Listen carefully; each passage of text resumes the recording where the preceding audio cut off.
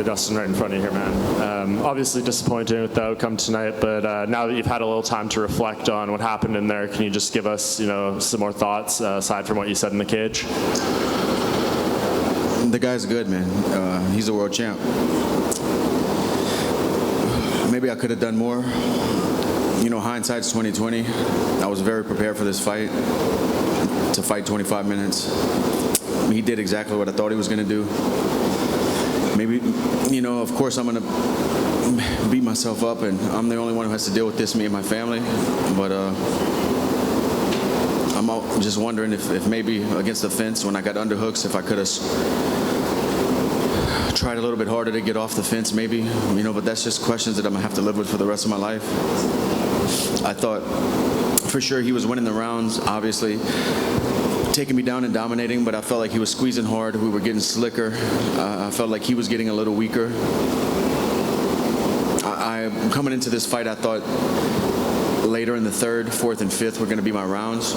Not that I was planning on giving up the first two, but I knew they were going to be tough. So coming back to the stool after each of those rounds, in the beginning, I wasn't getting damaged a whole lot with shots that were hurting. He cut me, but I thought the deeper we got into the fight, the more slick I was going to be able to be. But that's fighting, man. Stuff is tough. Yeah, and it seems like you got him with a couple of good shots in the second round, and then that guillotine seemed pretty deep. How close did you feel you were in those two moments? The guillotine was really deep, but for the rest of my life, I'm gonna look back and wonder why I didn't jump full guard with it. I just threw one leg over so he couldn't pass to take the choke off. I should have jumped full guard. I don't know why I went shin across the stomach with the right leg or whatever I had, a butterfly with it. I should have went full guard so he couldn't roll out and relieve the pressure. When I heard him, maybe in the back of my head, the takedown was, I felt like I couldn't get anything going with my stand-up. He's very awkward. He dips his head and throws uppercuts. We never got into an orthodox kickboxing or boxing exchange on the feet. It was all one punch at a time, or him dipping and throwing a knee, or him dipping and throwing an uppercut. I didn't get a rhythm. I felt like the way he was pulling back, it was hard for me to set up my combinations and get into a rhythm. I know I sound like I have a lot of excuses, but I was just so prepared, for tonight. And this one really hurts.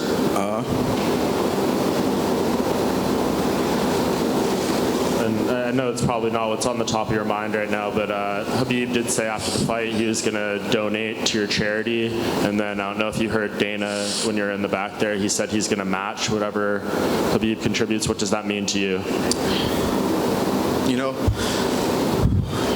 It's great, because it's going to help a lot of people. We're building a water well in Uganda, so that I'm sure with the memorabilia sold, we're going to reach the goal and build a solar power water well with a tower for the Pygmy people in orphanage and school in Uganda. So I'm proud of that, But I wanted to leave tonight the world champ and just let myself down, man. But I appreciate them, helping out the charity. It's been growing, and I'm very grateful for that. Dustin, over here. I was wondering if the heat affected your cardio at all. Did you feel it in the arena? A lot of fighters were complaining about how hot it was. No, it didn't. I felt good. You seemed to wobble Khabib in the second round. Did you think you could potentially finish him at that point in the second round? Yeah, I knew I had him hurt. He does a really good job of keeping a good poker face and not acting like he's hurt, but I saw his legs go. I had trouble landing my shots. I was worried about his takedown. I started throwing a lot of looping shots, not being slick and setting up combinations. And, the shot that I hurt him with, I believe I threw a jab cross and switched stance. That way I can still be in range with power shots when he pulled back. And I threw a right straight from an orthodox stance that clipped him and hurt him. He circled well. I had a good poker face. I didn't go crazy like I usually do. I kind of pulled back after I threw a couple looping shots that missed. I think I threw a knee right after that clipped him a little bit too. I think I hurt him with that as well. I just didn't do enough, you know, and I have to live with it for the rest of my life. Just going back on the charity work, Dana White actually just said that he would match what Khabib gets for the fight gear that he was wearing tonight. Does that, you know, what's your take on that? Like I said, I'm very appreciative of that. I'm trying to get this thing as big as I can. I just partnered up with Everlast. We're launching a campaign together with the Good Fight Foundation and Everlast. We're going to be the official charity of Everlast, and that's worldwide. So I think we're going to do some great things with that. You know, I have a lot of good things going. I'm just trying to do as much as I can and help as many people as I can.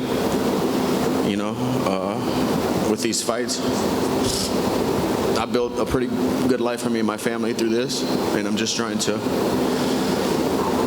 do as much as I can with it. Dustin Poirier, this is Shadi Unleashed, Alan TV. You finished Justin Gaethje, you finished Anthony Pettis, Eddie Alvarez.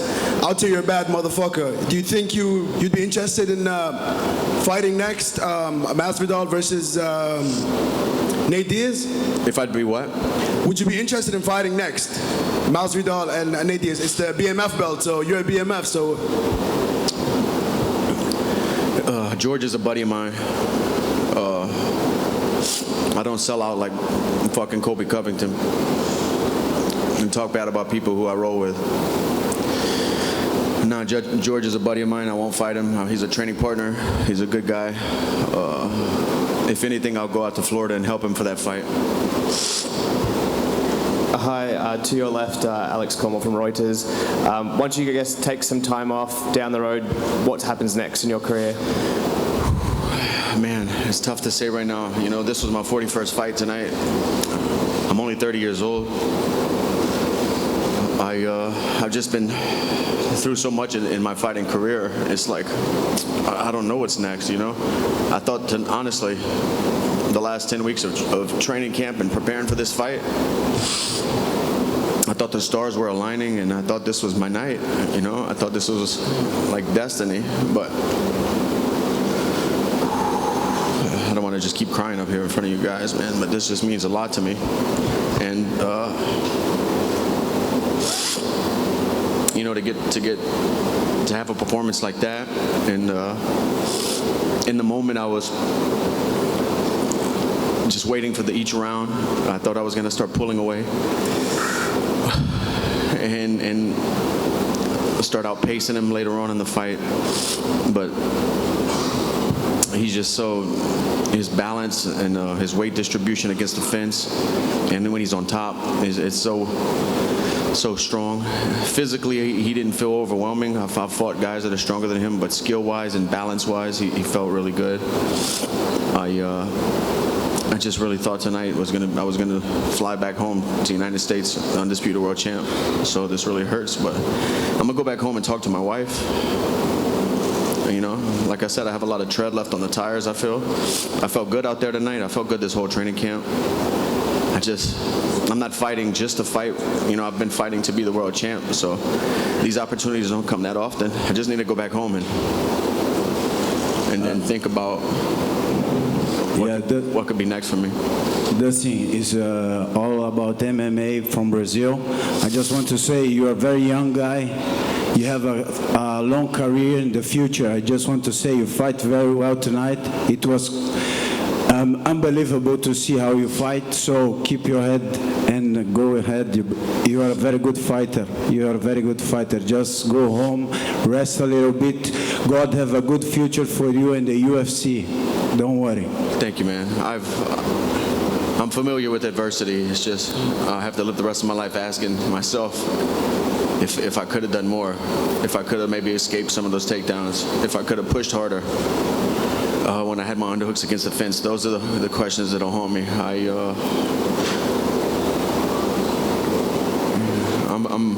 I've lost before.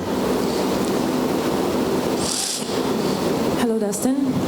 At press conference in London before this fight, Khabib, he actually praised you as a fighter. He said a lot of good things about you, but he also said that you had never felt a pressure like the pressure he was going to put on you, that you had never felt anything like that before. Can you say something about it?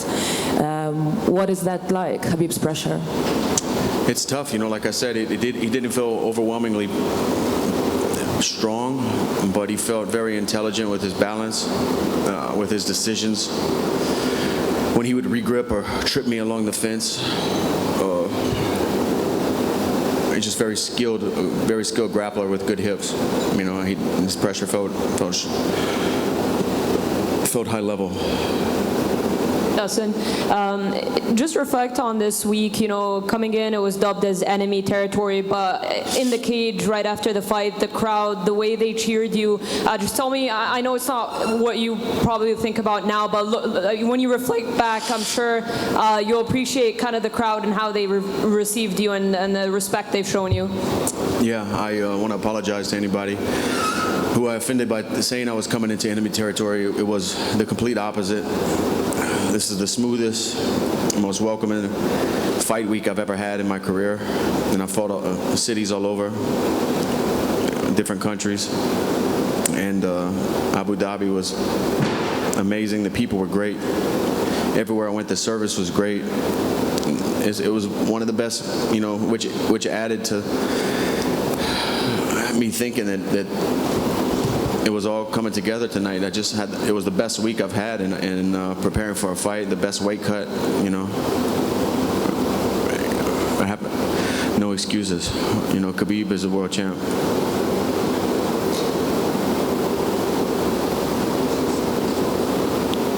Thank you, guys.